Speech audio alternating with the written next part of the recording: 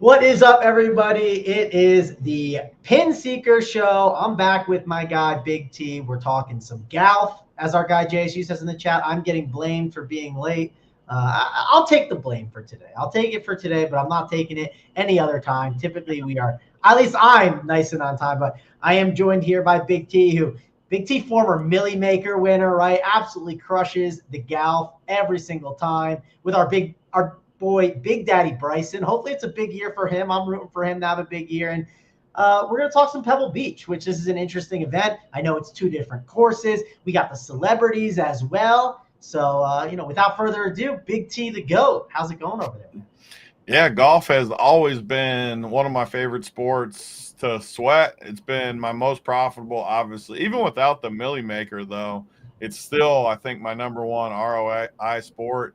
Even after that, it's always been one of my best ones. And I just like talking about it and sweating it. You get 4 days of action. You get just a true sweat. When it comes down to a Friday afternoon cut sweat, that's a good sweat because you try to get all 6 of your guys obviously through. And then on Sunday, when you're in the mix, you need birdies, you need eagles, your guys not to fall apart. Last week, a bunch of guys fell apart on Sunday. But I love it. And we're going to start doing this every Wednesday, too. Now, with football winding down, we're getting back into the swing of some of the niche sports. Golf. We've been playing golf and putting content up. I think there's been 4 events. I got my new sheet up on the site, too, where it puts all the bets, player pool, everything. I modified it again this year. Like always at Run Pure, we're trying to do as much as we can for people. And if you want anything else, always tell us too. Because I know in the past, Mangone's done 3 max. And as we get more and more past football here, we get into the niche sports. NASCAR's coming back in a few weeks. Golf, everything. That's the best thing about Run Pure. We have all these sports. But check out my sheet on the site if you like that kind of stuff. It's got the odds, the DK percentage, my player pool, bets at the bottom. And then the last couple of weeks, there was a few. I still haven't hit a winner the first 2 weeks of posting bets. But last week we had Pendrith, top 10, top 20, and then Springer hit 2 top 10, top 20, and then that pot guider dude also finished good. So we're gonna have everything up on the site, and we're gonna go through all the stuff on this show too. I was happy when Mangone wanted to hop on because he likes the golf too. He's at Pebble too. What hole is that, Mangone? Is that the whole Jersey Jerry was trying to make the hole in one on? That was. Did you actually see Jersey Jerry did it? He did it on Monday again with yeah. They did it quicker this time, didn't they? They both had to make it, right? Or no? Yeah, they made it pretty quick. I think it took them like 950 altogether, but Tate did it. And Tate did it. Actually, the crazy part is he's not really a golfer, and he did it kind of quick. So he got good lessons.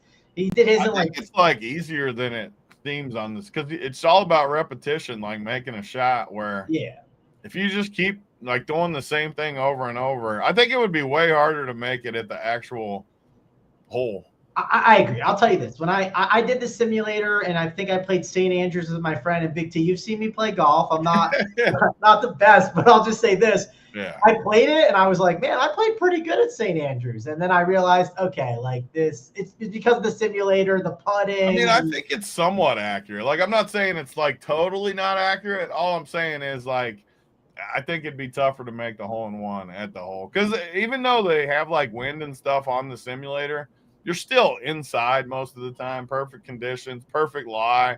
And yeah, but it's still a fun thing.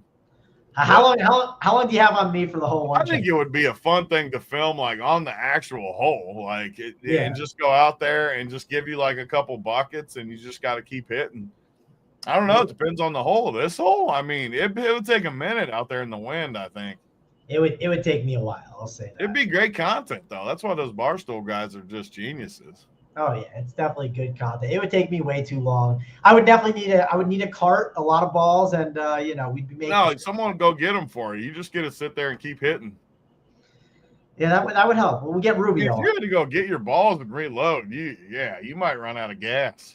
Definitely, but it'd be. How long would it take you, Big T? You think you do it in a couple hours? Or no? No, I mean it would take longer than that. It would. Who knows? I think it'd be a fun challenge, though.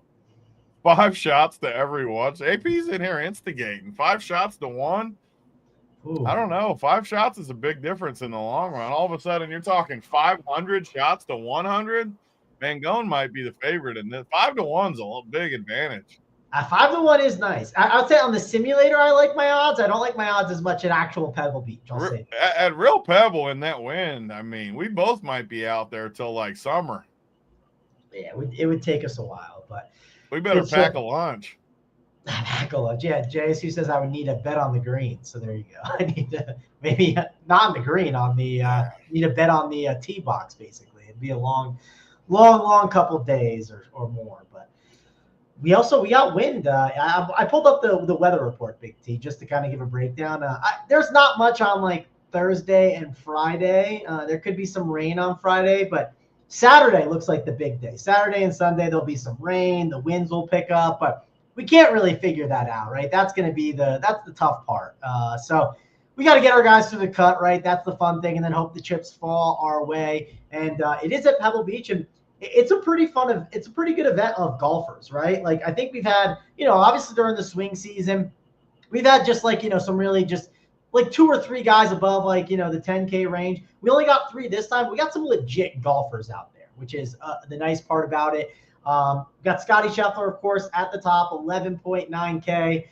Rory McIlroy, 10.7. Colin Morikawa, 10.2K. So Big T, we like to go, we like to go in the tiers on this show. If you're new to the show, we'll go through the tiers. We'll talk about each golfer, and we'll talk about the 3 up top to start off. Obviously, Scotty, we absolutely love him. I know you're deep down a Rory guy. I'm not a Rory guy. I've hated Rory. He also talked about his accomplishments and goals to close his career out. Winning Pebble Beach is not one of them, for obvious reasons. Colin Morikawa, 10.2K. That Snyder's guy. I know you go back and forth on him. I always like Colin Morikawa, but for me, it feels like a great week just to grab Scotty Scheffler and just move on. Curious to see what you're doing with this top end range, Big T. Yeah, and the interesting part of the week though is, well, not the interesting part. The part I actually hate, but it's an elevated event, and there's no cut, which I always hate. And you got 2 different courses out of the gate, but the no cut always makes the sweat. Like I said in the beginning, I like the Friday cut sweat. Don't get me wrong. When you miss guys, when your guys miss the cut, it's annoying, but it adds that second sweat. Whereas this week, everyone's playing the 2 courses, and then you're playing obviously Pebble on the weekend. But and they play with celebrities too, right? Which like is a whole other weird factor. So the first 2 days, you got to weight that in a little bit. They're out there playing with whatever celebrity. We can talk about that a little as we go. If there's any, that's one thing you can keep an eye on is if any of these guys, as we work down, are playing with someone interesting. Because I honestly haven't looked at the list, but like here's a good example. Like Scotty's playing with like the tailor-made CEO, right? So he's obviously like that's one little factor where it's like it's got to be some like bullshit, like kind of just like thing he has to do to kind of keep the tailor-made guys happy, And it's just a good person. Like I think it's better for him to play with him than like Bill Murray or somebody's playing with Bill Murray or some of these actors where they're out there dicking around and having fun. The tailor-made guy is going to want to see him out there playing good golf. So I don't know, but always when it's a short event, I think there's 80 people in the field, no cut. I always naturally just want to go stud and scrub because once we go down to the 6K range, there's a lot of good guys. Usually when you go to the bottom 6Ks, you don't even know any of the guys. Bunch of just scrubs down there. You got guys that are actual golfers in the low 6Ks, but I think you almost have to go stars and scrubs. But like we'll talk about all year in golf, just not playing Scotty or Rory or Colin will make you a little different. Or how do you get different? Will kind of be what you can place, because everyone right now will play Scotty plus like a 9K guy and then some cheaper guys. But I think there's a lot of things you can do different. The hard part is it's just really hard to not click Scotty. He's been out since Christmas or Thanksgiving. What was it where he chopped off his friggin' hand or whatever they were saying, the old tiger rumors, where who knows what happened around the holidays, but he's back and immediately he's 5 to 1 to win the tournament. All these rumors that he's making all these birdies in practice rounds, and it's just easy to fit him. So like how do we not play him is kind of my question. And the answer is I probably just do play him, just go overweight and just jam him in there because do I like Rory and Colin? And I think a lot of people, what you find as the year goes, a lot of people will start and play like Colin and Cantlay and JT and these guys as we get into that range. And that'll be their way to get different because they like to get 2 or 3 of those guys. I would still just rather play Scotty. And even in a field like this, you can play Scotty and one more of these guys relatively easy. I mean, even Scotty and Rory, which I'm not saying I need to do that, you still got 68.50 for the other 4, which, like I said, there's guys down there you can play. And if they win in a runaway, you're in good shape. However, I don't think this is the week I'm going to do that. Just, I don't know. Rory was just playing against Tiger Monday night in Orlando in the TGL and a couple other guys. Not that that means anything. I mean, these guys are traveling in luxury, none of that. But do they really care all that much about going to Pebble? Like you said, playing with sponsors for 2 days, playing with fans, whoever they're playing with.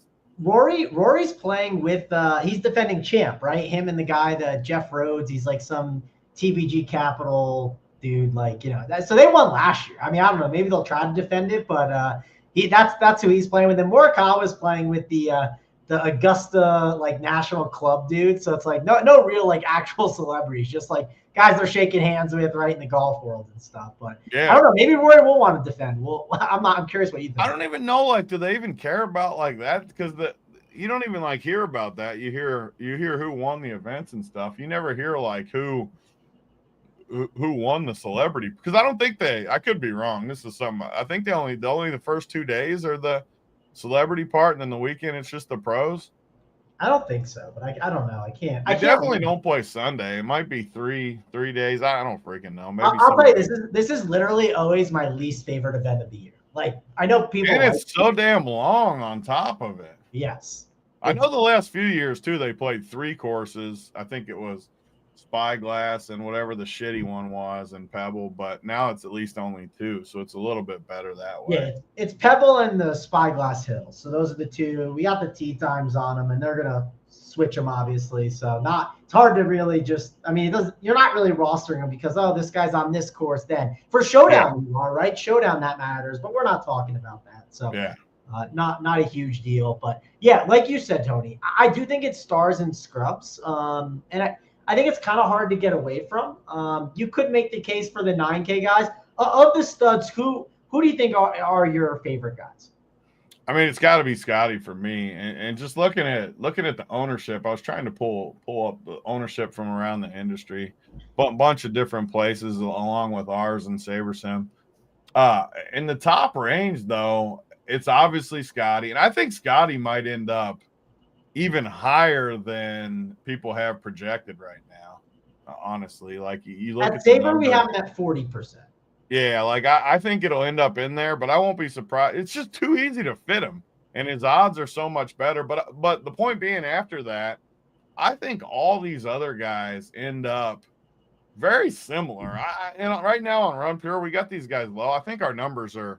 We need to update the numbers because I don't think it's factored fully right. We need to update them. So I think it'll be like Rory 20. A lot of these guys somewhere around 20 this next range. So if they're all similar ownerships, I don't see how. I'll just go down through the 9Ks. Like Sung Jae at 9K, I just don't see it. Like last week he was – I just don't see it with Sung Jae over these other guys. Fleetwood too. Last year, so all these guys played last year in this event too. I'm assuming because it was the first time it was elevated last year. But Sung Jae got 66th, Fleetwood 31st, it says. And then Burns. I mean, Burns, I always want to have him as like my contrarian guy. But am I really playing him over like a Cantlay, JT, Hideki? I don't think so. So the lower 9Ks just aren't really in play for me this year or this event. And I do like the next range, though. Like when you get to Cantlay struggled last year a lot during the year, but he bounced back this year so far. He got 5th. His last 3 events he's played 5th, 15th, 11th. He looked good, too, a couple weeks ago when I had him finishing 5th I just think this event, he always plays so damn slow, which tilts people. You got to have way more patience in this because of the pro-am portion of it. And they're going to be out there playing for 7 hours. That's up Cantlay's wheelhouse. A lot of these guys will get super annoyed with the long rounds. I don't see that from Cantlay. So I like him. Hideki, I don't know. The last couple events, he did win 3 events ago, but I don't necessarily see it with him either. He didn't do that great. He doesn't strike me as like a big pro-am type guy either. And then you got JT, who, again, I talked about the last event he played, but JT, I think it's a comeback year for JT. He looked good. He's got a couple events under his belt, and he's looked good. Second place 2 weeks ago. I think JT bounces back, and then the other 9K guy is Oberg. And Oberg last week was sick on the weekend, so he was winning after Thursday. Everyone was ready to crown him, and honestly, I was too. I'm like, this guy's going to run away with the field, and then he picked up the flu and just played like shit all weekend. And don't get me wrong, I still think he's like the next coming of a great golfer and all of that. But, and this is the way I'll talk about golf all year, I'm not going to play everyone. So many people around the industry will just come in and play everyone and bet everyone. I have to take stands, and I just can't play Oberg over Morikawa for one, or the guys above, but even below JT and Cantlay as well. So I guess my rankings of the 9Ks would be Cantlay number 1, JT number 2, and I really don't want to play any of these other 9K guys. All right. While you've been talking about all of them, I brought up some of the celebrities that they're playing with, and you're not going to be happy about one of them. I'll say this: Justin Thomas is playing with a woman, and it's Condoleezza Rice. Really? Yeah, that's an interesting matchup there. I don't know, man. I don't know. JT is? Yeah. JT was the one that got in trouble too for like handing Tiger like what was it, like the money, right? Or not? No, it wasn't money. It was like the what do you call those things? The period wrappers or whatever. Oh yeah, the tampons. The tampons. I was struggling to find the word for it. The tampons. He got in trouble for it. Now they put him with Condoleezza. That's interesting. Yeah, the Condoleezza Rice thing is funny, and then there's actually more women than I thought in this. So that's definitely interesting. Like Tommy Fleetwood's playing with this woman who some CEO's daughter or something like that. So it's definitely interesting. How much they got to pay to get in the pro-am part of this tournament? I mean, this is a prestigious tournament to get in there. Yeah, I do like Ludwig Aberg, or however you say his name. I always butcher it. Oberg. I always butcher it. Oberg. He's playing with a soccer player. So I thought that was I'm sure something Dunn, Jimmy Dunn, I think his name is. Actually, maybe not. It could be Jimmy Dunn, the vice president of Piper Sandler. I guess that's a popular name. So I don't know. Maybe it's not a soccer player. I'm not sure which one it would be, but. And then someone's playing with Greg Johnson. Who was playing with Greg? It's a hockey player. So I thought that was interesting, playing with a hockey player. But I want to be on Ludwig. I want to be on him throughout the season. I might wait at this event. I'm kind of with you, Tony. I might wait, but he is someone I just think you need to be overweight on as the season goes on. Maybe because of the illness, we wait till it kind of like clicks again, and then we ride him out throughout the season. But I do agree with you. I want to be overweight on him. I know our guy AP is going to love some Justin Thomas, of course. And what is the reason for liking? I'll admit I haven't been as plugged in during the fall. Like, why do you think it's a good bounce back year for JT? I'm sure people are watching; they're probably just getting back into golf. So, like, why do you think it's a good bounce back for JT this year? So he struggled a lot last year, but obviously in the past he's won a couple majors. He's looked good. He was bad last year, but he started to find glimpses. And you can just see the confidence in the way he's playing. Let me pull up his events. I know 2 weeks ago he finished second. 5 weeks ago, our thing says he got third at the Hero World Challenge, and he got tied for second at the Zozo. And the worst he's done in the fall was the Century. He was T26. Yeah. So, I mean, you got all good history right there. And 2 events in the last 2 weeks or 3 weeks too. Second, even though it was 26th, he's still playing golf. And at the American Express, 4 rounds in the 60s. His worst round of the whole week was 68. He's just found form. And one thing you got to pay attention to in golf is when these guys find form, at least for me. I know a lot of the people out there, a lot of the touts will literally look at the last 40 rounds and stuff and all that to do their stats and stuff. And that's fine. That's just not how I do it. I like to – it might be more game log watching than any sport for me, where if they've been playing good the last couple of events, I'm just going to like them way more, just because I know from playing golf, when you're feeling good about your game, you're out there playing good. Does that mean it's going to work every time? Absolutely not. Does that mean if a guy is playing bad coming in that they can't win? Absolutely not too, because they could go out there and one shot could let them find something, totally turn it around, and everything's different. But like everything in fantasy and gambling, you still gotta find edges in certain spots, and that's how I do it. Just looking at the ownerships. So I always, just in general, this week's only 80 players, no cut, so it's slightly different. I might have a little less in my player pool. But when there's 150, 160 players in the field as we go, I want like 30 players in my player pool. No matter how many teams I'm playing, I want like 30 has always been my number. And I always want to get at least 2 or 3 times above the ownership. So like Scotty, for example, I think he'll be 35 to 40% in that range. So I know you obviously can't get 3 times that because he's already that high, but anything above like 50%, I would be happy with for Scotty. But then the rest of this range, when you got all like 15 to 20%, I just know that if I go like 30 to 50% in my player pool of these guys, I'm way above the field, and I have all my guys that I need. And then when you fade guys like Oberg's going to be 20%, there's 20% that you don't have in your portfolio, and all these guys. So if they're all that percentage, I think you should pick a few out and go with it and take your chances. When you just play everyone, it's just too hard to hit, and that's why everyone always blames variance in golf.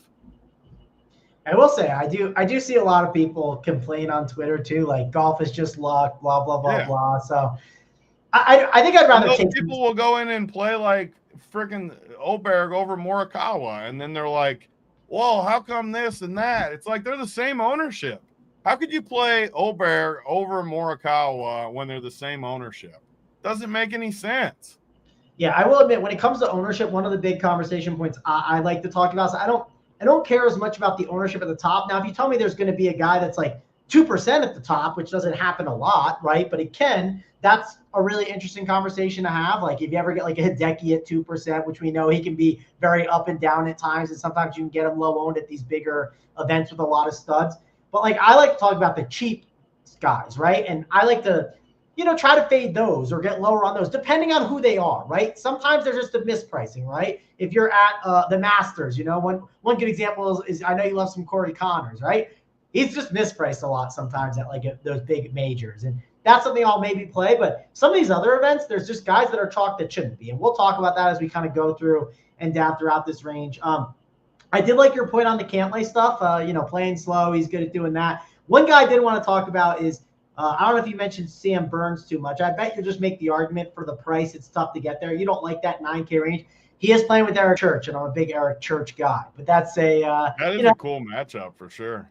Yeah, so I do like that they're paired together. I'm with you on like just the pricing, and we'll get down to some of these other golfers. It just makes it kind of easy to ignore that 9K range, like you kind of mentioned. And I did run some of the sims with our partner over at SaberSim, and when I just run the raw sims, nothing too crazy. I use the RPS projections.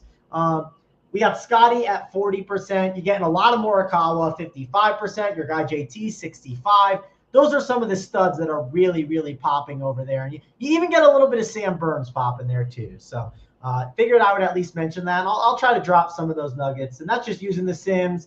I did 20 lineups. I did the $20 and I just ran it to see what it does. And of course that can adjust. But if you want to check those sims out, you can always sign up with us at Run Pure and then dive into the sims a little deeper if you want to get that add-on package. Let's get to the 8K range. You sounded like you talked a little bit about this range and had some guys that you like there. Doesn't does feel like there are some expensive guys. I will say Hovland feels cheap at 8.8K, right? That feels underpriced. I know he was dealing with a broken, was it a broken toe, or I remember seeing He was something. dealing with a broken penis last year. He was in shambles all year. Yeah, he had a rough last year, but he definitely broke something. I think it was his pinky toe or something not too long ago. Freaking Hovland. Corey Connor's your guy. No, 8.7. I always like rostering him, but that does feel expensive for him.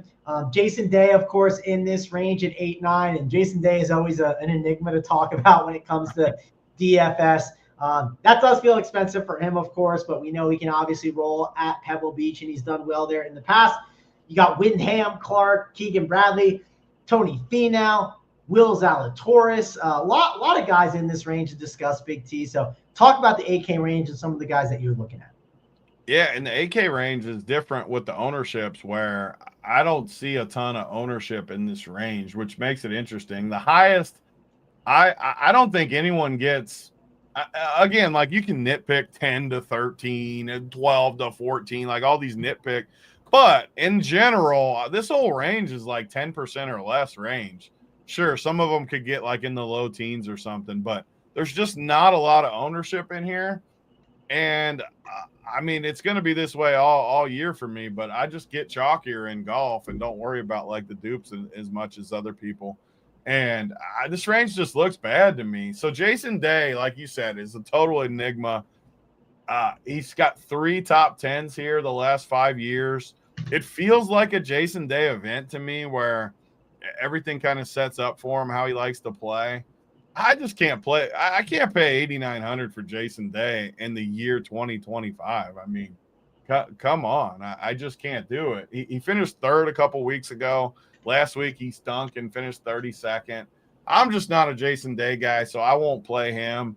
Hovland, another thing in golf that I just won't play a guy that hasn't shown me anything. I talked about form. I have to see some sort of form.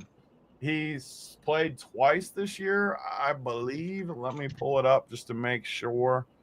Yeah, he hasn't played good. I think it was a T30 and a T36, I think it was. 36 and a miscut. It says 104th, so I'm assuming a miscut there. Yeah. All I see on the DK log is the Century where he got T36. I think the other one was like the DP Olympic World men's Tour or something. Just because on our course history at Run Pure, it's got 104th on there. But either way, he's shown no form. And at this event, he hasn't finished top 10 in this event. I can't play. Hovland's an easy fade for me. Don't see it at all. Corey Connors, I agree with you. I love Connors. It's just this price is tough. You have to build each week based on what you got. You got 4 rounds from the cheapies guaranteed. That is a luxury. When you know you can get 4 rounds from all those guys, well, it just lets you play the studs more without risk. And granted, there is always the flip side to that. Like if you get in this 8Ks and play 3 of these guys or something, you are going to be very unique, which also is nice. I think that's a roster construction you can make is play Scotty with 3 8K guys and no 9 or 10K guys with them. And that is one roster construction that is very, very nice. So I think you could go with that. But in general, I don't like Connors. So Wyndham's the guy that's interesting to me. He won it last year. He's the one that won the singles portion of it.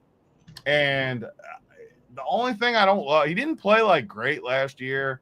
He hasn't looked that good in so far this year in the events he's played. But his price tag, $8,600. He won last year. He's the guy in this whole range that sticks out the most to me. Keegan Bradley's played pretty good. He's got 4 top 20s his last 4 events. He finished 11th here last year. I'm just not a big Keegan guy, but his ownership is nice, 9%. I think he's in decent shape. Zalatoris, I just don't like what I've seen. I mean, he was injured a lot of last year, didn't play a ton.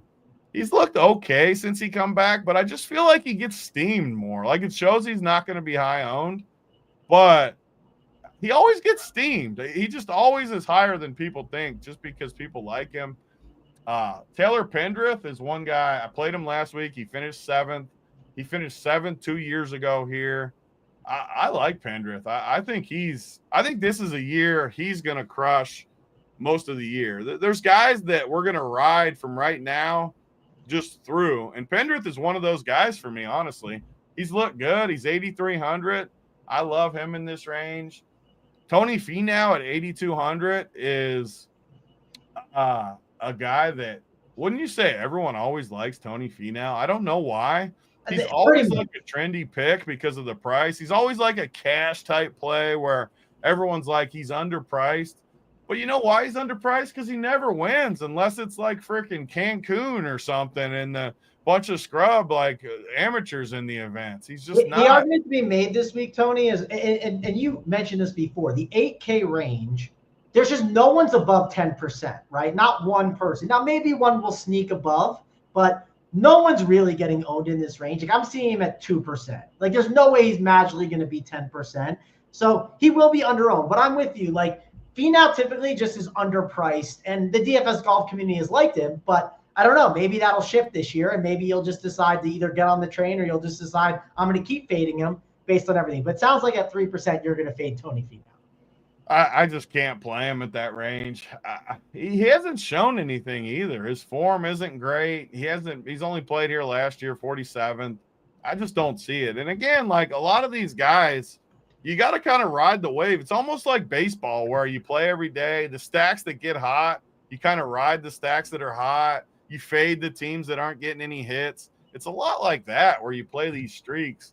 And until I see some form, I don't have to be first in on some of these guys. Like, I don't have to be the first one. Like, he's going to play good this week, finally. I just don't have to be that. Mav McNeely is another one that people always like Mav McNeely. He hasn't been good the last 3 years here. Hasn't been that.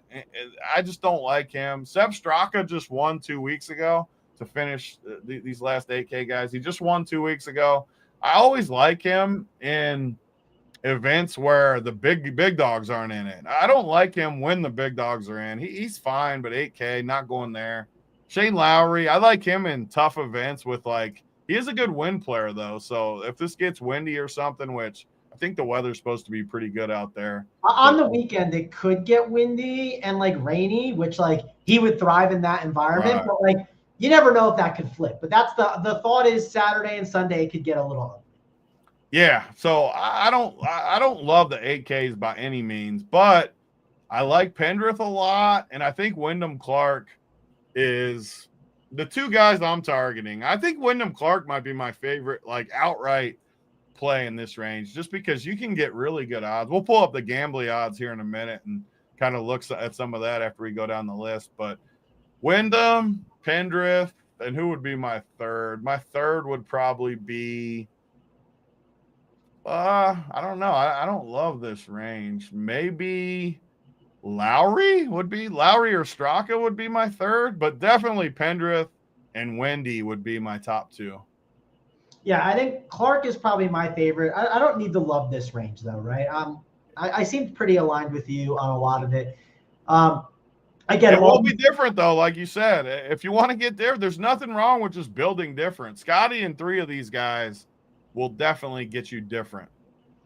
Yeah, definitely with you on that. Zalatoris, he's paired with Jay Monahan, which I thought was interesting because like all these guys, like I feel like they hate him now. So I thought that was an interesting pairing that he's at the event, but not a lot of good pairings that I saw in the 8K range. I'll be back trying to walk over.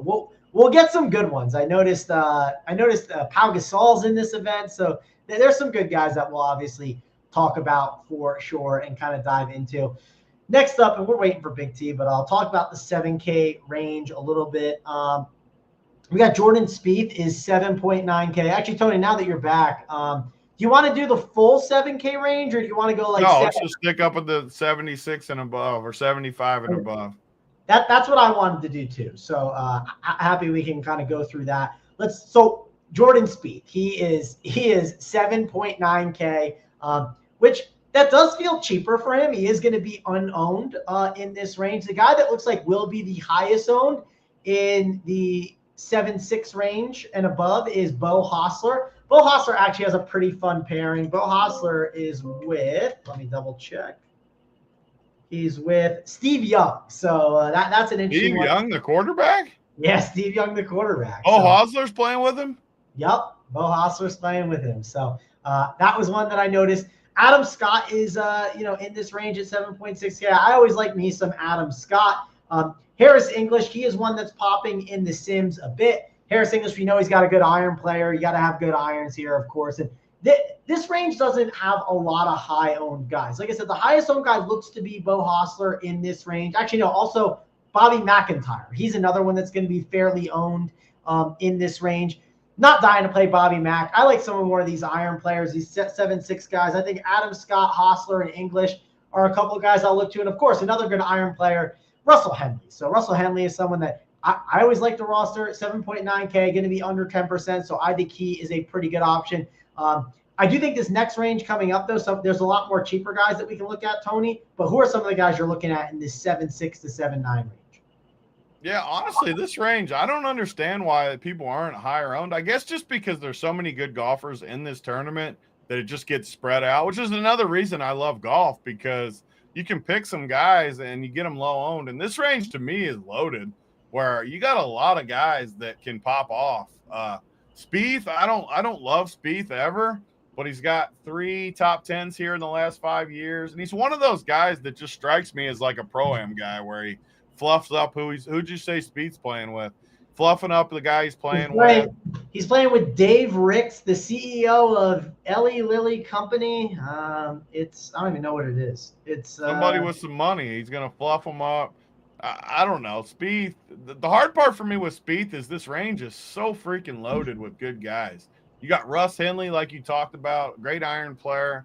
Although Henley's another guy that I don't love in events like this. I like Henley. Like, we got 4 par 5s this week. I don't like Henley as much in these events. But then you got Gracerman, who continues to pop off. He was freaking awesome last year. He's been good again this year. And 7,800, he's not. None of these guys in this range are getting ownership. He could be low teens, 13, 12, 13%, but not a ton of ownership there. Tom Kim, I have a Tom Kim problem. I always think he's just a good play. He can putt. He can get hot. He taunts the crowd. Maybe that's what I like, that he taunts the crowd, stuff like that. I like Tom Kim. Bobby Mack is a major boomer bust guy. I mean, tons of times last year, he would just pop off and win an event or top 10. Next week, he'll miss a cut when you think he's in a good spot. Always has upside, though. And then you got these guys. Sahith. So Sahith is a guy everyone always ends up liking. He hasn't finished top 20 here. He got 20th and 65th the last 3 years, 2 of the three years. And his recent form isn't great either. He just hasn't looked good, so I don't think I'll be on him. Bo Hosler's the interesting one, though. I know Snyder and a lot of people in the Discord were liking him. I think he's in a great spot, and he's got pretty good form. He's played here the last 5 years, which I actually like. Coming to this event, he likes this event clearly. He wears a visor, which is an issue. I mean, I don't like to play a guy that wears a visor, but he checks a lot of the boxes. And then you got Adam Scott, who you talked about. I always like Adam Scott, and everyone always thinks when you play 6 guys, they all need to win. No, we got Scotty Scheffler to win on our team. We got whoever else up top that we can win. We need Adam Scott to finish 12th, and I think he can finish 12th for us. And he's just so freaking consistent that he always gives you a chance. He putted better last year. I think Adam Scott checks a ton of boxes for consistency. And even though it's a no-cut event, you still need guys to finish up top. I mean, if they're finishing 70th, it doesn't matter if they get all 4 rounds. You're still screwed. So I think Adam Scott checks a lot of those boxes. I mean, Tony, this is the other thing people forget. He could finish like 20th, right? You don't need the guys to finish 1st, 2nd, 3rd, 4th, 5th, 6th, right? Correct. You don't need that. But obviously you want your guy to finish up in the top 5. But he could easily be one of those options that if the salary fits, he's a perfect play at 7.6K. They could get 20th, and it could be on the winner. Of course, golf scoring, another thing to talk about is you got to make birdies, right? It's not just about hitting all these pars and stuff. So the points are definitely different. It doesn't matter if you finish 20th, you could get a lot of birdies and you're like the 10th scorer in DraftKings points. So yeah, I like Adam Scott too, but you continue on with the range. Yeah, and real quick, Big Ed says, how much salary would you leave? For me with golf, I don't ever leave more than 900. I know everyone differs, but I want to spend most of my salary on a week like this where I would say the pricing is somewhat empty. Like even the 6K guys are priced. You can maybe leave more. I just don't really see the reason to do it. If you're playing 150 teams or something and you want to, maybe there's just always upgrades. Like look at your 8K guy. Can you get a better 9K guy? Yeah, I would say you probably can. Same difference, 9K to 10K, 7K to 8K. There's always like an upgrade you can get in golf. So for me, I think it's 900, and I think it's always treated me well, the 900. And actually my Millie team that won, I left 900. So maybe that's why it's my lucky number to leave. But 900 on the table was that week. So and then so to polish out the high 7Ks, we got Harris English, who won last week. I'm never playing him off a win. He won. He stunk last year here, 76th. Definitely not playing him off a win. I'm not saying you can never play a guy off a win, but a guy like Harris English, I'm not playing him off a win. I think he'll get a little bit more ownership than we think because of that. Benny On's a guy I always like, but he doesn't really have that good a form right now. This range is loaded. But the other guy at 7,500 is – I had to look it up because I wanted to make sure, but this is Nikolai Højgaard's brother. These guys have been so highly touted, and he's a year behind. I think Nikolai was – last year was his first year on tour. But this guy's a stud. I was pulling up his World Tour stuff. I mean, he's a beast. He finished second and fourth in a couple decent-sized events to end last year. The guy just looks like a stud. He finished 14th 2 weeks ago in a similar world event. I think he's a stud. So I like him a ton at 7,500, especially when you're talking about under 10% ownership.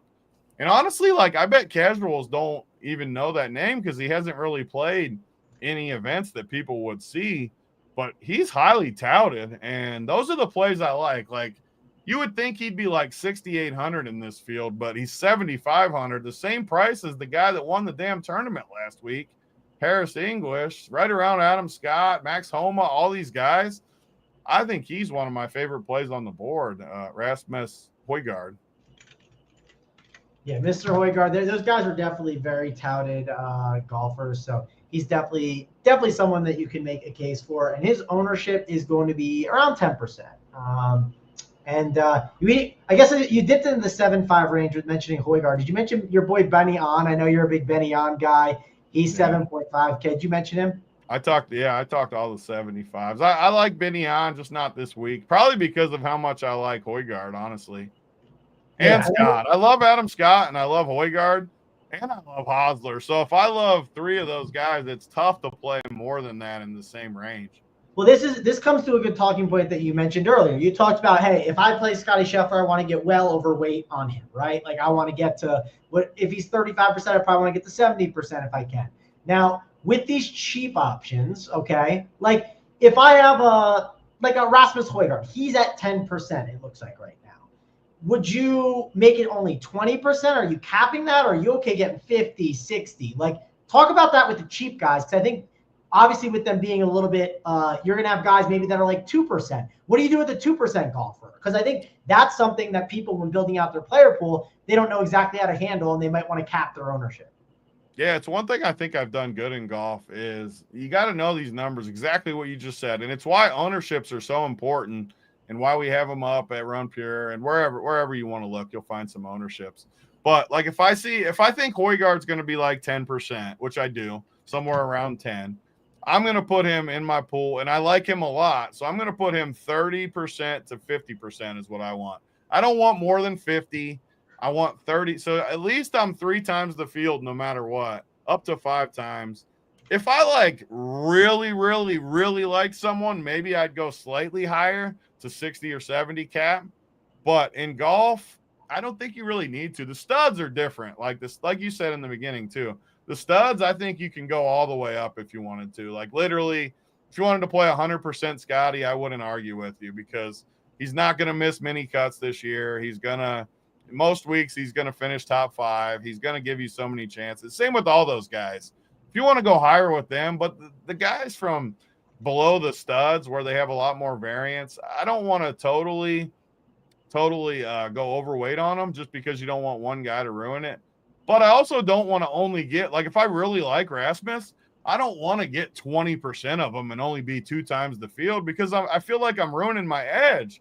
A lot of people might not know who he is yet, and I want to get overweight on him. So to answer the question, I always want to be 2 or 3 times the field based on how much I like them. But in this case, I like them a lot, so I want at least 30%. And that goes – say you have 3 teams and you know a guy's 10% owned, that's where it gets a little different. And I think, honestly, a lot of people probably play the week like this. They probably play 3 teams or something.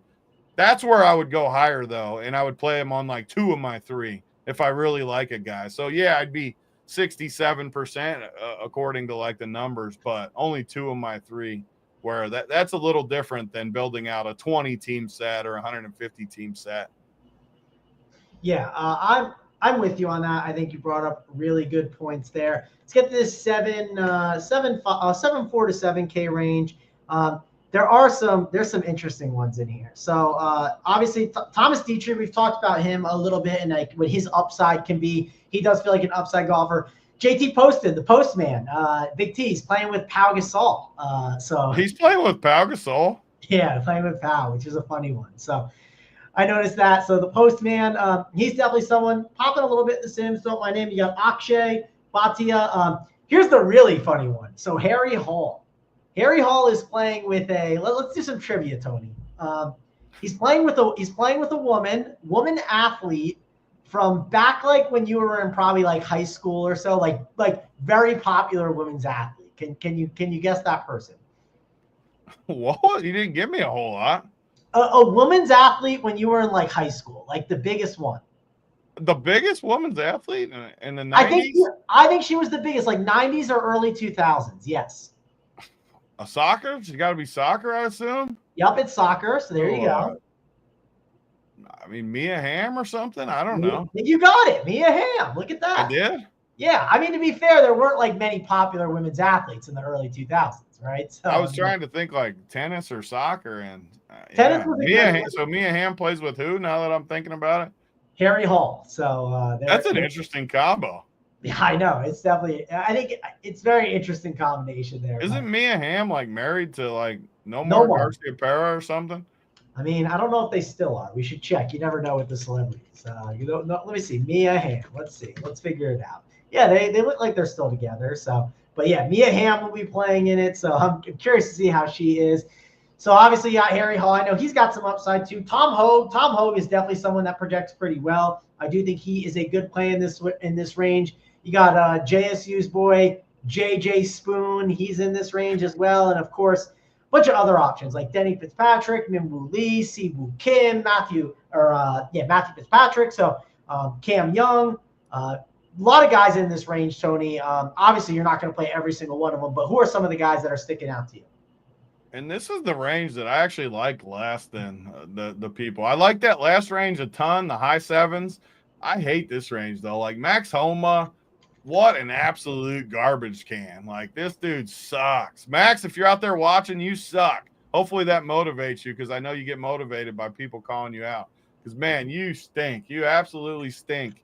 And everyone always wants to play you.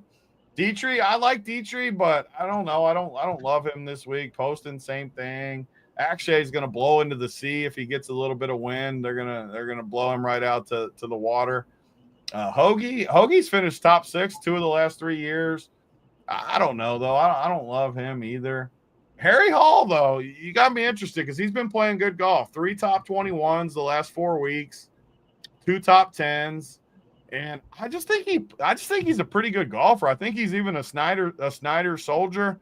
Anytime there's a soldier, you gotta take note of him out there. I think Harry Hall's now he's playing with Mia Hamm. Maybe he swoops in on Nomar. Nomar, you better watch your back. It might be fun playing with. It might be fun playing with a lady. You know, talk some game while you're on the course. You yeah, you got to look good in front of the ladies too. I mean, he might step his game up. I like that. But JJ Spoon, another guy that's been playing. JJ Spoon now. JSU does frickin' loves calling him Spoon. I don't like him that much this week. Thompson, same thing. Fitzpatrick, I think he got rid of his braces, but he still looks like he's 12. Not playing him. Cam Young sucks. Denny McCarthy's a guy down here that actually I'll throw Cam Davis and Min Woo in there too. These 7K guys are pretty good plays, but Denny McCarthy's got a good history here. 3 top 26s the last 4 years. He's just a putter that can get hot. The problem is with Denny, he's going to get ownership, which, like you said, it means more at the bottom down here. And he's just not that good of a ball striker, so he's got to get the putting. Same with Cam Davis. He's more of a putter. So I don't love those guys. The guy that's just funny is Si Woo. So he's been terrible. And this is going to go against what I said earlier, but a guy like Si Woo is so freaking up and down that he's the type of guy that could not play well for 4 straight weeks and then just win. He's so far up and down. And it was Sunday. I want to make sure his score before I say something stupid, but on Sunday, it looked like he found some form. Yeah, I say that, and he didn't. He shot 73, but I thought he looked good just watching him. It looked like he was playing more confident, and I just like the price tag. 7,100 for Si Woo in this event where he gets all 4 rounds, and you got the Eagle thing on DraftKings, which we agree is probably hard to hit, where if you get 6 Eagles from your team, you get – or was it 8? 6 or 8? Maybe it's 8 Eagles. 8 Eagles, I think. You split up the 25 million crowns if your guys. So you like Eagle makers. Si Woo is always up and down, and that price tag sticks out for me. So I actually, even though he's got bad form, I'm making an exception just for Si Woo because just how up and down he is. His price tag, 7,100, is just super cheap. But overall, I don't love this range. I would rank them Harry Hall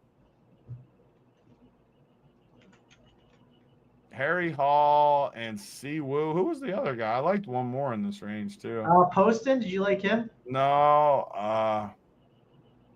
Maybe it was just Harry Hall. I thought I liked one more, but I'm looking and I don't see. Yeah, I think it was just. I like Min Woo too. Min Woo's not bad at 7K as well. I'll say this after talking about it. I do agree with you. I think that 7.6 range and above is better than this range. And of course, we'll get to the 6K range where you can take some shots on some cheap values, and there's not some bad plays down here. But yeah, I'm with you. Like Harry Hall definitely sticks out. I do like Poston definitely a little bit more than I think you do. Trying to see if there's anything else that sticks out. We didn't talk about Davis Thompson. Do you have any interest in him? He is going to be 10% in this range, it looks like. He might be the easiest fade of the whole range for me. He hasn't played this event. His last 4 events on tour, his best is 36th. Those are the guys that are just instant fade for me, like instant. I don't even give it a second look. Yeah, and to be honest, he looks like the chalk guy in this range. And typically I want to fade the chalk guy in this range. So people think he's good. I don't think he's going to be like sometimes guys will, I think he'll be like 10%, which will be high, but I don't think he'll like steam by any means. But people do love Davis Thompson's talent. I just don't see it. Yeah, another guy that I saw celebrity playing, and again, we had the Pau Gasol one, that was good. Denny McCarthy's playing with Pat Monahan, who is the lead singer of Train. So there you go. Nothing. Is it Jay Monahan's brother? I thought it could be that, but when I Googled who Pat Monahan was, it said the lead singer of Train, and I did some deeper digging to make sure. So yeah, it was it is correct. It's the lead singer of Train. He will be in that one. We got a question in the chat from Big Ed. He wants to know about Mr. Ekra. We'll get there. We're about to talk about that range. So Big T, make sure to touch on what you think with Austin Ekra when we get into that range. But we're going 6'9". Are we do 6'9" to 6'5", or do we go the whole 6K range? You can just go the whole way now. All right, let's go the whole way down. Of course, we kick it off with Aaron Rye. Aaron Rye is, the two gloves guy. I typically like Aaron Rye a little bit more than you do, but I don't love him here. I will say a lot of the 6K golfers, if you look at them, I'm okay with diving deep into like the 6K range if I need to. Like, I don't think there's just like exponentially better plays in that 6'9", 6'8" range where I'd rather get cheaper if I could. I always do think Mark Hubbard's a pretty solid play at 6.7K. He's someone that I typically like. I know Billy Horschel, I know he was having fun at the TGL and stuff like that. Billy Ho, last time at the American Express, got T21. He is someone that's popping a little bit in the Sims, getting a little bit of love, but not a lot getting love in this range. I'll say that when it comes to looking at our partners over at SaberSim. Of course, we got to talk about Gary Waterland. I know he WD'd the last time out, Tony, so I'm sure he'll touch on him. Of course, since we have JSU watching, I have to mention Christian Bezuidenhout, or Bezuidenhout, however JSU says it. Buzenhosen. But yeah, Buzenhosen. But the best part about Buzenhosen, Big T, is I looked up who he's playing with, right? And he's playing with some executive that owns couch companies, which means they're going to be sitting on the couch all weekend long. They're not doing shit. They're not getting the job done. So sorry, JSU. And then one guy to mention that has some really nice upside that's really cheap, and I think he's a pretty good play, is Justin Lower. He's an upside golfer that I'm going to want to bet on. He got a T3 at the American Express. Then he missed the cut at the Farmers. In the Bermuda, he got T5. He's just one of those upside golfers. He's 6'2". I'm not trying, when I play this golfer, I'm not hoping he's either going to miss the cut or he's going to get top 10, right? That's the type of golfer he is right now. And that's what I want to do with my 6K golfers. I want to search for upside. A great example of that, who we used to do that with all the time, was Sepp Straka. Used to be 6K a lot. Now he's in the 8K range, but we were seeking the upside. Those are the guys that I'm actually looking for in the 6K range. Tony, who are some of the guys that you're looking at? Yeah, the 6Ks are loaded. Usually you get like absolute bums down in the bottom 6Ks, but honestly, I can make a case for almost everyone in the 6Ks to at least, it doesn't mean I'm going to play them, but I could make a case for them. That's how loaded the 6Ks are in this room. And they're all low owned too. You look, I don't think there'll be a single person above 10%, which maybe not even that much above 5% for most of them. So you're telling me all these guys in the 6Ks can get the job done. They get all 4 rounds. You got winners. I mean, Justin Rose just won this event 2 years ago, and he's 6,300. He finished 11th last year. You're telling me a guy like Justin Rose's talent, granted he's older now, he's 6,300 and coming off 11th and first the last 2 years, and I can play him for 6,300. That's just like stealing. So a lot of these guys, I just don't see a reason you wouldn't want to load this range. And you can play 3 of these guys and play Rory and Scotty together, or Morikawa and Scotty together with a 7K guy and these guys. I think that's more than fine in this event. No doubt about it. But let's work our way down. I'll talk about some of the guys that Tony, if you're wondering, Justin Rose, he's playing with the CEO of Papa John's Pizza. So do not tell, tell Space Cowboy that. Although you're not a fan of Space Cowboy right now after his interview. I'm mad at him. I'm with you, Tony. What Space Cowboy did was absolutely stupid. So an entire drink down my back. He thought it was so funny too. Yeah, he thought it was, and it was freezing. I had to walk all the way to the car after that with 3 kids. I'm watching 3 kids freaking doing my fatherly duty, taking them to a damn game, being nice, and now I got to walk to the car in below 0 temperatures, freezing. Did the kids laugh, or did the kids just think Space Cowboy? No, they were looking like, is he about to whoop this guy's ass? That's what they were thinking. JSU would find this funny. And it was cold water, JSU. It wasn't warm water. It would have been better if it was warm water. You know what we need to do one time? I'm not going to say when we do it, but one time I'm just going to pour a Coke down your back, Johnny, and I'm just going to laugh. And then you're going to walk. You're going to walk all the way to the car, sit in the car, and just Coca-Cola, and you'll see how it feels. I get worried JSU might. You deserve cold. Get out of here, JSU. Anyway, keep going with the 6K. So our boy Ricky Flower at the top, 6,900. He's another guy that, God, I don't want to play him. He really hasn't been good. I just feel like he's too cheap at 6,900. It's probably more of a feel thing. Keith Mitchell, though, I don't know how you could play Fowler over Mitchell. Keith Mitchell is too cheap at 6,900. He's played here the last 5 years. Aaron Rye, you're right. I'm not going to probably like him this week. He does feel too cheap, though. All these guys in the 6Ks feel too cheap to me. So I'm not going to play them all, but I am definitely willing to admit that I can make a case for literally almost all these guys. They're too cheap with 4 rounds, but I'm not going to play Rye. Dunlap, I mean, he's got talent, but I'm not going to play him. Eric Cole, man, this guy's killed me the last 2 weeks. 3 weeks ago, he finished 5th. The last 2 weeks, he absolutely sucked.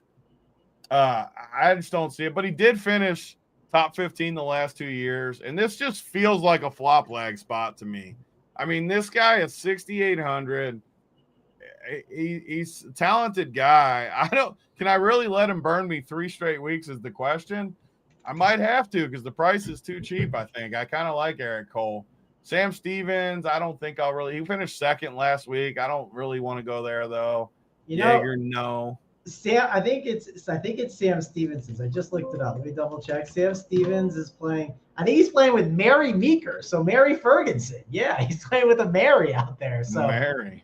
I don't know if you want to play an old woman and Sam Stevens together. Yeah, I'm out on the old woman and Sam. Jaeger, I'm out. Old Mother Hubbard, I'm out. Who else? Eckroat, the guy asked about Eckroat. So he finished 98th and 65th 2 of his 3 years here. No history. I'm definitely off of Eckroat. Billy Ho, off. Woodland. So I talked about Cole flop lag. Woodland withdrew last week. I'm pretty sure he won the U.S. Open here too, right? Gary Woodland. Yeah, Woodland, I think, did win it there. I'm pretty sure. At Pebble, though, right?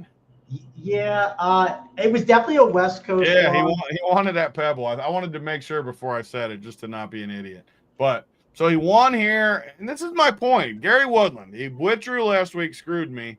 But this is a big event at the place he won, and so if you played Gary Woodland last week, how do you not play him this week at 6,500? Reach down, grab your balls, and click Gary Woodland because it's a major flop lag. He's still in just as good a spot. Maybe he got sick. A lot of those guys got sick last week. He knew he was coming here this week, so he's like, let's just take this off, come in fresh next week. I might put him right back in my core this week. Just ball up, grab the ball bag, and put him right back in the core at 6,500. Gary, don't you dare let me down again this week, or you're never getting back in my good graces. My boy Brian Harmon. Oh, Brian. I mean, he struggled here. He struggled last year.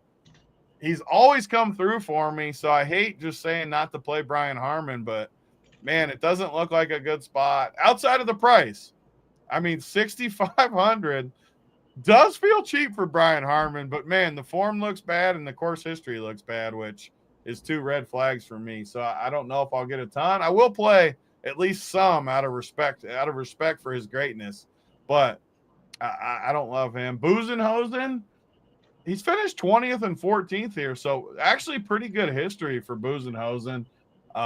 Somewhat decent. I actually like Buzenhosen. JSU, let's play some Buzenhosen this week. He actually looks pretty good to me. Who else? Justin Rose, like I talked about. I think Justin Rose is a very sneaky play at 6,300, getting all 4 rounds from him with good history here.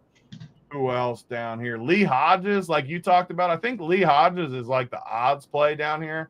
He's got 2 top 10s the last 3 weeks, 34th mixed in the middle. Not a ton of course history, but really, really good form right now and good odds. So I like him. And then who else? EVR is like the Eric Van Rooyen. EVR is like the, who else did I talk about that was super up? Oh, Siwoo. So you got Siwoo Kim and EVR are the Eagle guys, the up and down, the guys that could literally finish 80th or 5th and make Eagles and stuff. But the thing about EVR, he's 6,100. What's wrong with 6,100 for a guy that's up and down, where this dude could shoot 75 on Thursday, but then make a ton of Eagles and birdies the next 3 days, and his score just run up the leaderboard. So I like EVR, but again, just to summarize the whole range, I think the 6Ks are very, very good. Yeah, you definitely like the 6Ks a little more than me, but there's definitely plays that you can get down here and get to. Some notable pairings. We got Larry Fitzgerald is playing with Doug Gim. So that's an interesting pairing there. And then another athlete that we have is Alex Smith. He is playing with Mackenzie Hughes. So nothing too else crazy there. I was trying to dig and figure out some of these guys. I saw Jake Knapp was playing with Michael McCarthy, but I'm sure that's not our guy, Big Mike McCarthy, right? That's some other guy. So it would have been funny if Big Mike McCarthy was out there playing some guy. I would pay to see that. Afternoon, Andy. Glad to have you here, hanging out with us, talking some golf with us. Yeah, I don't think there's too much else to mention, Tony. Is there any chalk guy in this range that we don't like? I think that's a good talking point pretty much every single week. Like, who's the cheap chalk guy? From what I don't think there's any chalk down here this week. I mean, no one that's out of control. For the most part, the 6K guys, there's never really sometimes maybe there's a guy that gets the 10 or 15. It looks like the highest owned guy, just to mention, it's Sam Stevens. Is someone that we didn't love. So I think we're in a good spot there with that. But I think that's something just always worth calling out because cheap chalk is the worst chalk typically in golf, right? I think it's in NFL. I think some of the worst chalk is cheap wide receiver chalk. A lot of people would argue. I think you'd argue in NBA, some of the worst chalk is guys that are not starting or just 3-and-D guys that stand in the corner that are cheap. So I think it's a talking point every week that should be mentioned. We get to plays of the day, Tony. How do you want to do plays of the day? Do you want to make it like one cheap guy, one expensive guy? How do you want to get those? Let's look up some odds real quick on gambling. You want to do the gambling stuff? I want to talk about this contest too, because there's a free. Our boy Cal Spears. You want me to screen share it? Find the tweet and screen share. Yeah, I got it up here. Well, if you find the, you can find the tweet, share that, and then I'll pull up the actual gambling, and we can search for something. So you pull the tweet up, and then I'll pull up the gambling page. Yeah. But so our boy Cal Spears, our buddy from a previous place we worked, is given. He's the one that is in control of gambling with another guy, Bales, but he's giving away $1,000 this week for free. All you got to do is go in, and I'll show you what to do after Mangone talks about it. But I'm getting to it now. You pick 3 guys. I think it's a top 5, a top 10, and a top 20. And the highest odds, you don't even have to make the bet. You just have to put it on the gambling page. You see it on my screen? Yeah, hold on. Yeah. Oh, it's messed up because of the cutoff or whatever. I think we can. Yeah, there we go. I could zoom in too. Let me zoom. Yeah, zoom in on it. Well, yeah. You got to pull up the actual gambling one though. Go to the gambling page. No, hold on. Gambling. Oh, it's on the page. Gambling. No, like go to the that one. No, not the bot one. The AI, the other one. No, we're messing this up. Go down. You'll see it. Go down. You'll pull it right. Keep going down. It's not here. Maybe is it the Davis tweet or something? Yeah, go. It's on the gambling. You got to just go to the gambling page. Okay, is it the bot? Yeah. No, but it'll be on there. Just look up right there, gambling. Yeah. Okay, we're good. I'm not even following. So let me follow. Your night mode is killing me too. I know. I'm sorry. I have night mode on my phone, but not on my computer. Zoom in a little bit to make it easier to see too. Yeah. Hang on. There we go. You can see it good here. So yeah, all you got to do is number 1, create a parlay, use Gambly, which is super easy. Download the app. But 1 top 5, 1 top 10, 1 top 20, and then submit. All you got to do literally is just say, like it says right there, hey, at Gambly AI, here's my PGA parlay, and tag it. And the best one with the odds wins $1,000. It's super easy. And the Gambly app, which I can show you too. Let me present. So all you got to do is right here. Say I want to bet our boy Rasmus. How do you even spell it? Hoy. Oh yeah, that's a tough one. Probably doesn't even matter, but I think you got it right though. You got it close enough. I'll say that. So you just type him in there, and in theory, it is going to pull up all. So it'll even give us the opening lines, but So if you want, and it gives you, if you want to bet like the best odds to win and stuff. So here's all the win odds. If you wanted the best win odds, you got 70 to 1 at Circa, 60 to 1 at our partner DK, all the different spots. So how I always create my tickets too for the week, I'll go in and see who I like and just go through and click it. But for the purpose of this bet, let's see if we go. Who do we think for? Let's create one on here. So top 5. Who for Højgaard? Let's do Højgaard for our top 10, which Okay. on FanDuel would be 5 to 1. For winner, who should we take for? Who do we both like up top? Up top. What about you like Cantlay? I do. I mean, Cantlay, JT were two. Like, obviously, I don't want to put. Who you want, Cantlay or JT for our top 5? Let's go with JT. JT. So let's go. Justin Thomas, top 5. I think there's because Jason Roslin too sent out a tweet where you can type it all in, but I'm gonna go on the hard way. So top 5, and then top 20. Who's a long shot we could pop in there? I mean, I like Justin Lower as like a real long shot, but what about no? We got to go with our boy Gary. I just talked him up so hard. I wasn't thinking about it. That's what I was gonna say next was Gary. I was like, Gary would be, Woodland. Yeah, if we didn't do a 6K guy, we'd go up to the 7K and find or top 20, Gary Woodland. Yeah, this is a fun fact about EVR. He sucks. That is a correct fact too. That is the right fact. I agree. Gary Woodland, top 20, right there. Boom. Now you got your top. So you got top 5, top 10, top 20. We are plus right here. All you got to do is click share all. Get the link up at the top of the page, which you can't see anymore. But boom, copy that and then go to. Actually, I probably could just show you exactly how to do it. Twitter, let me share a different page. So I copy that.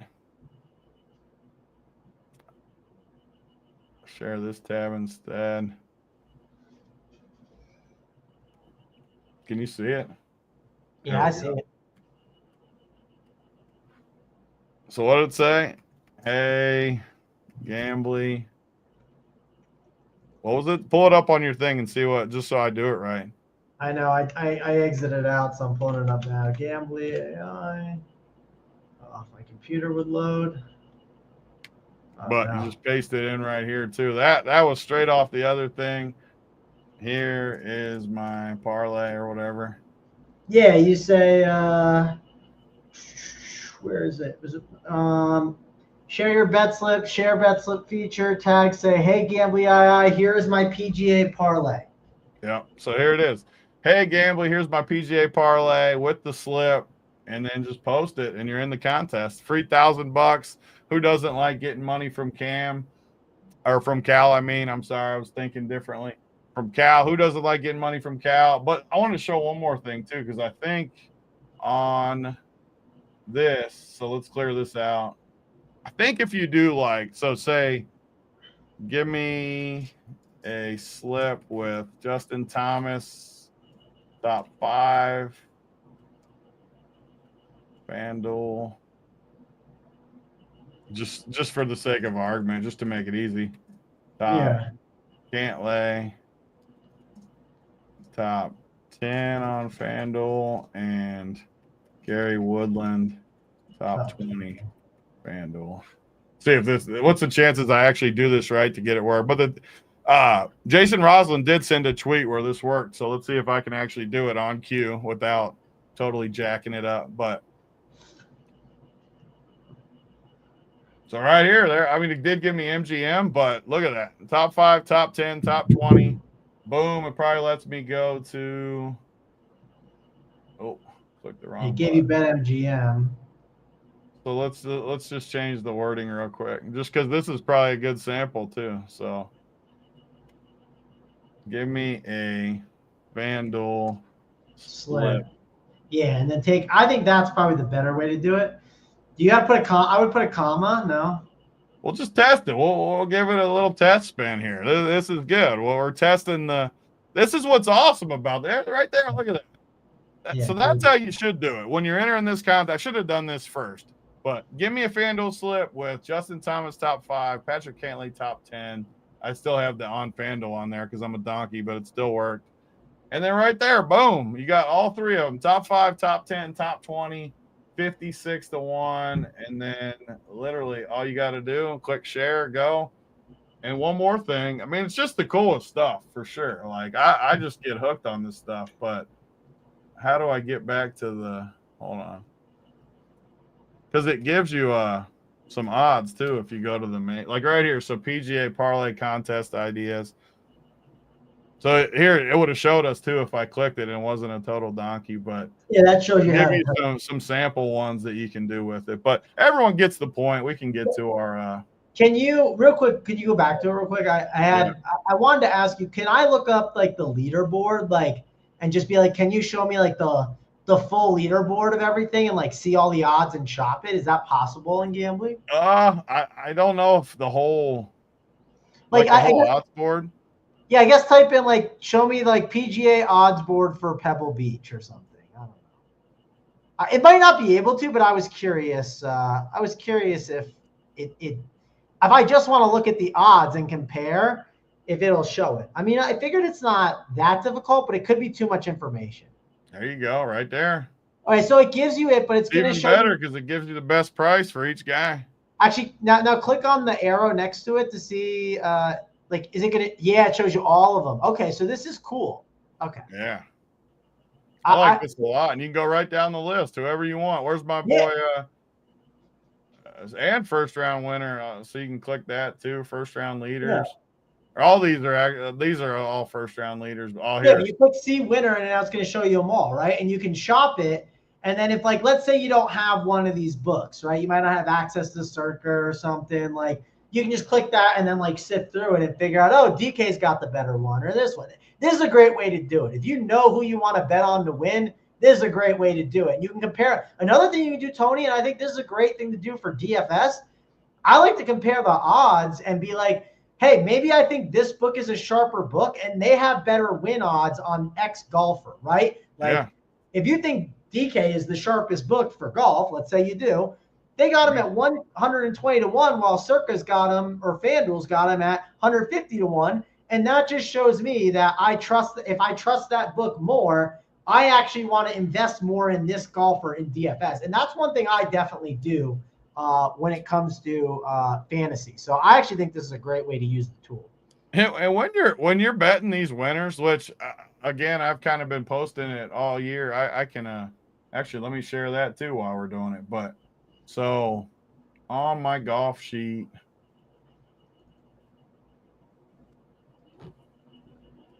so like I'm posting this every week for, these were the last two events. 2 events ago, I got winners, top 5, top 10, top 20. I lost 5 units 2 weeks ago.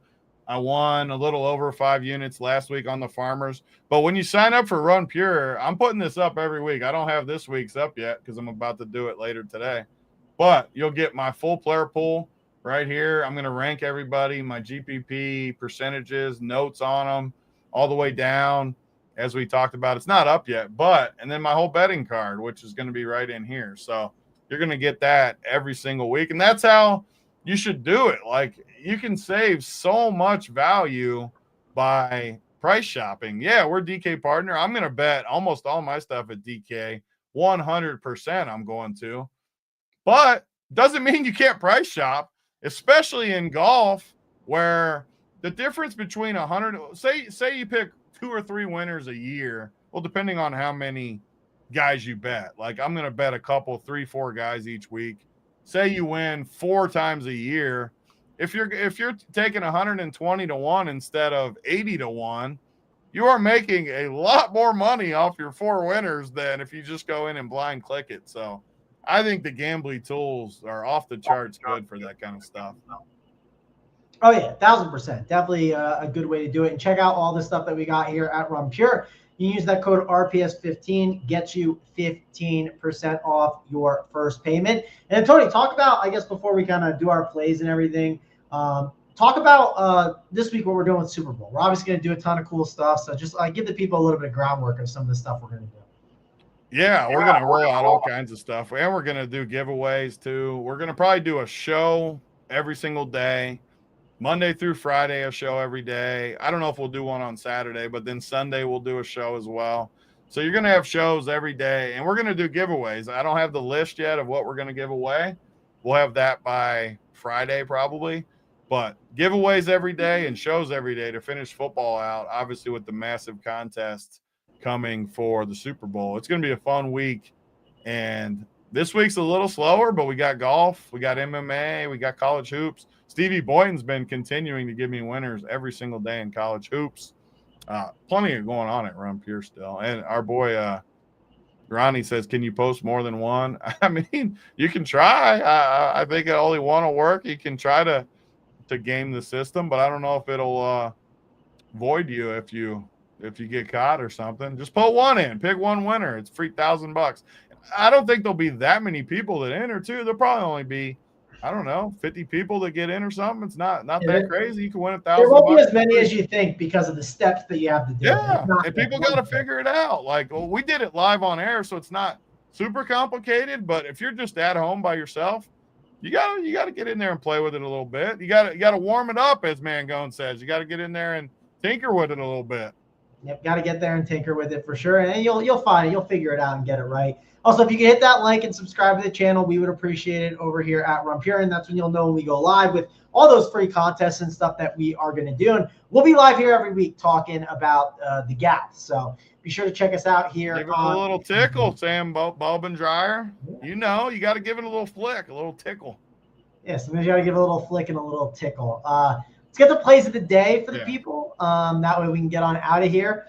Let's go one guy from all three ranges. Ownership doesn't. The ownership's not crazy this year or this week. So pick one from all three, and then I'll pick one from all three. What ranges are what? 9K and above? Studs, like 9K and above, 8 and 7Ks, and then a 6K. Okay. You go first with the stud. Because I don't. My stud. I mean, I'm not even gonna pick Scotty because it's too easy. I could pick Scotty, but I'm going to pick Patrick Cantlay. Actually, I'm going to pick Justin Thomas for my stud because I'm torn between those two, but I'm going to pick Justin Thomas. I'm going to pick in my mid-range. I got to go with my boy Rasmus because I talked him up, Rasmus Højgaard. And then my cheapie, I talked up Gary Woodland. I got to go with Gary Woodland. I played him last week. I freaking love how he's playing, defending champ, and he's going to be 3% owned. Flop leg Gary, baby. All right, I'll go with Morikawa as the stud at 10.2K. So we'll go with him. I was gonna go with someone in the 7-6 and above range, but I'm gonna go to our guy Harry Hall. I'm gonna go with him pairing up with I like Harry Hall. I like that call. Yeah, I like the Harry call. So I'll go with him, and then if I'm going in the 6K range, listen, I'm just going cheap and I'm going Justin lower. I just like his upside. Talking him up. You got to go with your boy. You were talking him up hard. Yeah, I just like upside. In the 6K range, I like upside, guys. Don't give me the Sam Stevens, give me some guys that actually have some upside. Actually, we didn't talk about in that range. Your guy Brian Harman's in that range. We didn't talk about him. I talked him up. You weren't listening. I wasn't listening. I said it's not the week for him. I felt bad. I apologized to him, but I couldn't go to him this week. He just it's not a right track for him. It's too big. It's too windy. Yeah, not the Brian Harman track, but I'm playing him out of respect, though. I said just a little tickle for Brian Harman out of respect. You got to sometimes. You got to do with your guys, right? You can't if Bryson. I can't live with myself if he wins and I don't have some of them. He's too good. He's too much of a hero. I'd have to retire. No, exactly. That's how I am with Bryson. Bryson always gets a tickle every single day. It's impossible not to play Bryson. For sure. Well, that will wrap it up for us. Thanks a lot for joining us on the show. Be sure to come back next week. I don't know. What is next week's event, Tony? Is that the one at Torrey Pines? No, I'm assuming it's every week Super Bowl is always the Phoenix. But they got rid of alcohol, I think. So I don't know how it'll go this year because people were pissing themselves last year and all that stuff. They took away the alcohol, I'm pretty sure, but I think it'll be actually a Wednesday start because of this. Maybe not. No, they still always do on Sunday because I remember you watch the golf and then you roll it into the Super Bowl. Flip it right over. Yeah. When Scotty won, when the Bengals ran it, like literally went over the Super Bowl start. Yeah. What? So they really got rid of alcohol this year? There's none, or are they cutting it off at a time? People were literally like pissing themselves last year. Like it was out of control. That's what I heard. I don't know for sure. I could be wrong, but that's what I heard. Yeah, I know. There was this horse racing event that was in my town that my family used to go to a lot, and people were pissing themselves at that, and a bunch of college kids. And then you know what they did? They bumped the price up to get the college kids out. Yeah, that's another way to do it. That's actually a better way to do it. Just make it more expensive. Yeah, they made the price egregious, so none of the college kids would show up. Not none, but some of them. But all righty, that's going to wrap it up for us, though. Thanks a lot for joining us on the show. Be coming back next week for the Waste Management Open. But for me and Big T, we'll see you guys later.